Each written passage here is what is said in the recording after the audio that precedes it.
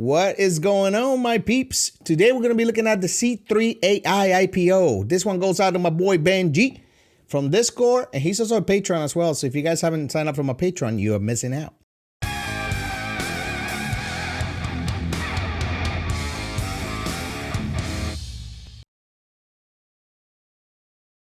What's going on, you guys and girls? My name is Jose. Welcome back to Rico Suave Investing. If you want to learn about the stock market, investing, financial freedom, then you came to the right place. So make sure you click that like button and subscribe. Also, forget the notification bell so you don't miss anything. So today we're going to be looking at the C3 AI, and we're going to learn about the CEO, their IPO date, the price. I have the S1. We're going to go over it as well. So stay tuned for that. A quick shout out to my patrons. Your generosity and contributions allow me to do what I love to do and keep the channel growing. So thank you. If you like my content and want to see more of it, then please consider supporting me on Patreon. I've got 3 different tiers full of benefits like portfolio updates, private Discord channels, and a one-on-one phone call. You can now also become a channel member by clicking on that join button and signing up to receive cool badges, perks, and more. All right, first let's look at Yahoo Finance. They report that Siebel's C3 AI files for IPO on heels of Microsoft partnership. Interesting. The software maker, founded by Oracle Corporation executive Tom Siebel, filed Friday for an initial public offering. They listed the size of the IPO at $100 million placeholder for now. This will likely change, it happens. You just got to give, this SEC a number. C3 AI last month formed a partnership with Microsoft Corporation and Adobe Inc. for a new customer relationship management software seeking to combat Salesforce Inc. So it's gonna go head to head with Salesforce, okay? And we're gonna watch a video where the CEO actually talks about this software. Siebel founded Siebel Systems, which was acquired by Oracle in 2006. He then held executive roles at Oracle. Siebel and the private equity firm TPG are the biggest owners of C3 AI, according to this prospectus. Now, this is important. C3 AI reported a net loss of $69 million for the year ended in April 30th, compared to $33 million the previous year. So they lost almost twice as much net loss this year than last year. And this is normal when companies are growing, guys. Now, what I'm interested in, and we're gonna, look at the S1, and you're gonna see the year-over-year revenue growth. That's very important because if you think about it, all these great companies like Palantir and all that, they're not profitable, but they're growing their year over year by 40, 50, 60%. When you think about investing in one of these companies, you're investing in future gains. It says the revenue rose about 71% over the same period. So look at that, 71%. That's amazing. We're gonna look at the S1 just to verify. How you like the Databricks ad down there? I made a video on Databricks. If you haven't seen it, make sure you go over there and check it out. But today we're going to be looking at this interview that Tom Siebel gave CNBC about 3 weeks ago. This is the latest interview with the CEO right before they went IPO. They filed for IPO. Okay, so we're going to find out about the company. What does he do? If you guys are not in marketing, customer relationship management programs like Salesforce, they collect quantity and qualitative data about customers, to better personalize products and serve them a better way. So we're talking about gender, demographic, and also the quantitative data, how they take feedback, how happy they are with the products, what can they do to improve their products and all that. So just a great idea to have a CRM for your business.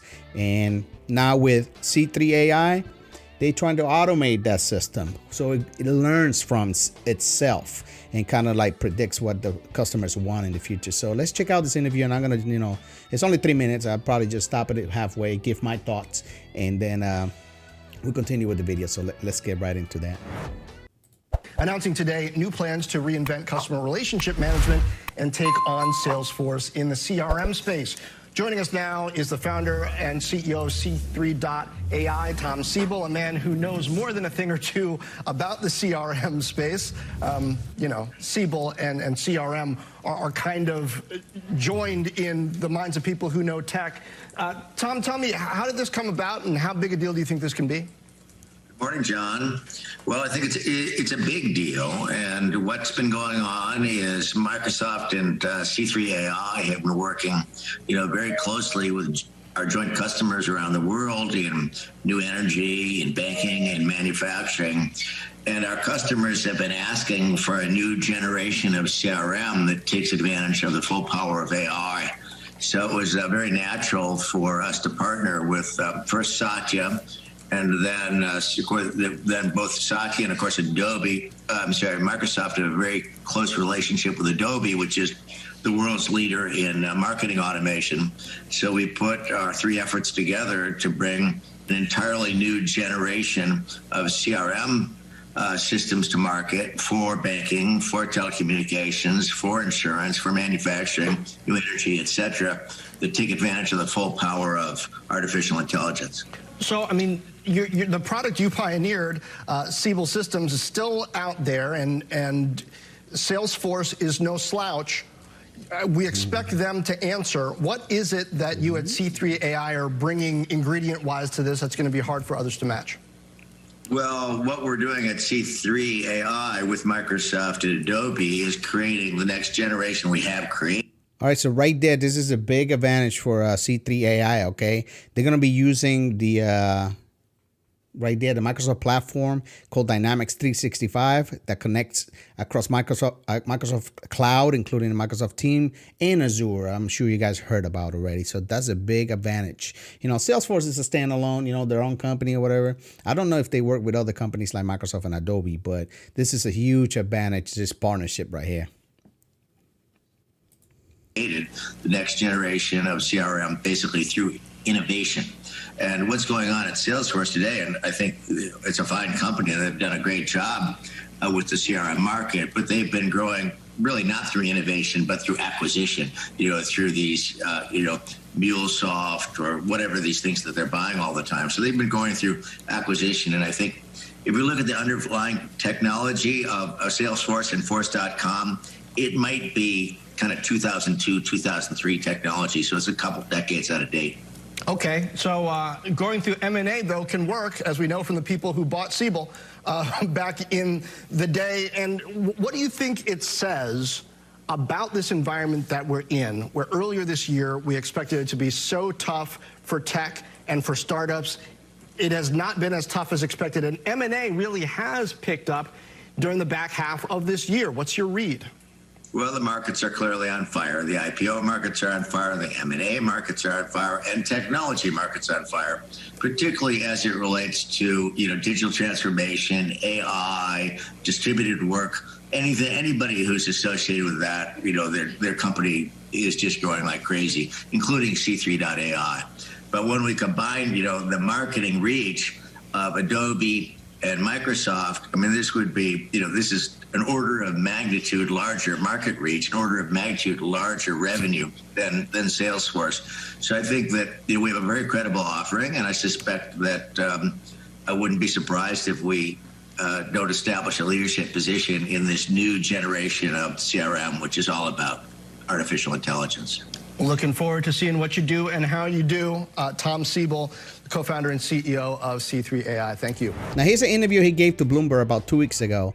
And he's not a big fan of like big tech companies like Facebook and all that using algorithms, their technology to pretty much serve up whatever type of sensationalism or whatever type of news their viewers like to see. So it doesn't allow them to make for an informative decision. When you keep confirming your own biases, right, and you don't have any type of cognitive dissonance, you always see the same news and the same conspiracies or whatever. You live in your own reality. So he's not a big fan of Facebook for doing that, Twitter and all the other companies, right? So let's see what he said to Bloomberg in this interview.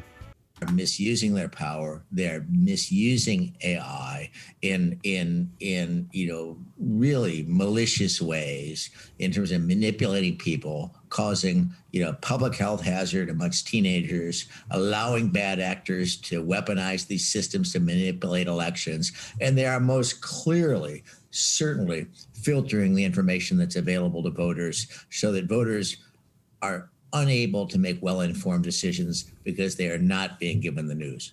Here's an article I got from my man Ben from CD.net that talks about the machine learning startup back software pioneers Tom Siebel files for IPO. So C3 AI, right?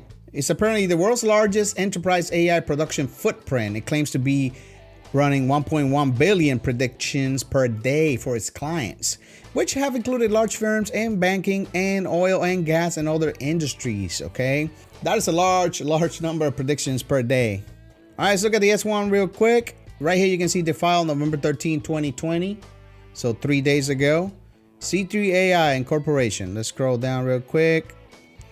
We talked about the place holdings, $100 million, and they pay a registration fee of $10,000. So what is that, 1%? Pretty cool. Let's keep scrolling down. Oh, this isn't blank.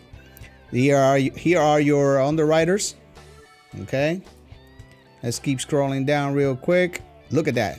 Investment highlights. This is very important, right? 71% year-over-year growth. Mwah, I love it. 86% subscription revenue. So it's a subscription model. The subscription models are killing it this year. They're killing it, you know. People love the subscriptions. $271 billion addressable market. $1.1 billion prediction per day. We already talked about that, right? So it's right here on the S1. This information I'm bringing you straight from the S1.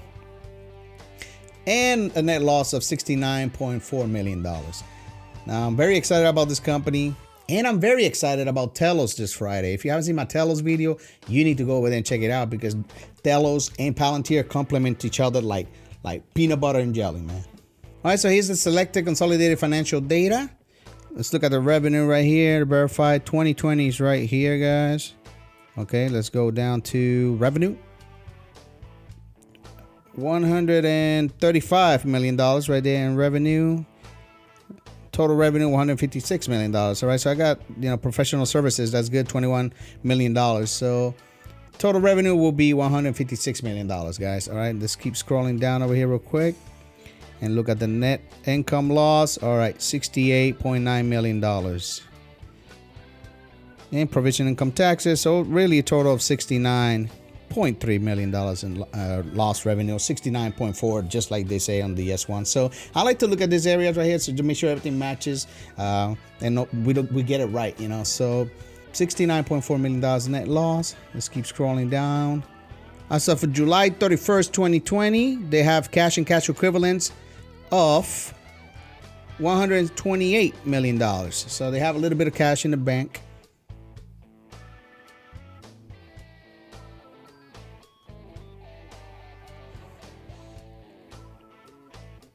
They intend to use the proceeds for increasing our capitalization and financial flexibility and create public market of our Class A common stock. We currently intend to use the net proceeds we receive from this offering for general corporate purposes, including working capital, operating expenses, and capital expenditures. This is just a generic statement many companies use on their S1. We cannot specify with certainty the particular uses of the remaining net proceeds from this offering, right? We may use portion of the net proceeds for acquisitions or strategic investments in complementary businesses, products, services, and technologies. So like I said, just your standard generic statement in the S1. All right, so this video is going to be super long, but let's take a look at the website over here real quick. And basically, guys, C3 AI is a leading enterprise AI software provider for accelerating digital transformation. The proven C3 AI suite provides comprehensive services to build enterprise-scale AI applications more efficiently and cost-effectively than other options. The C3 AI suite supports the value chain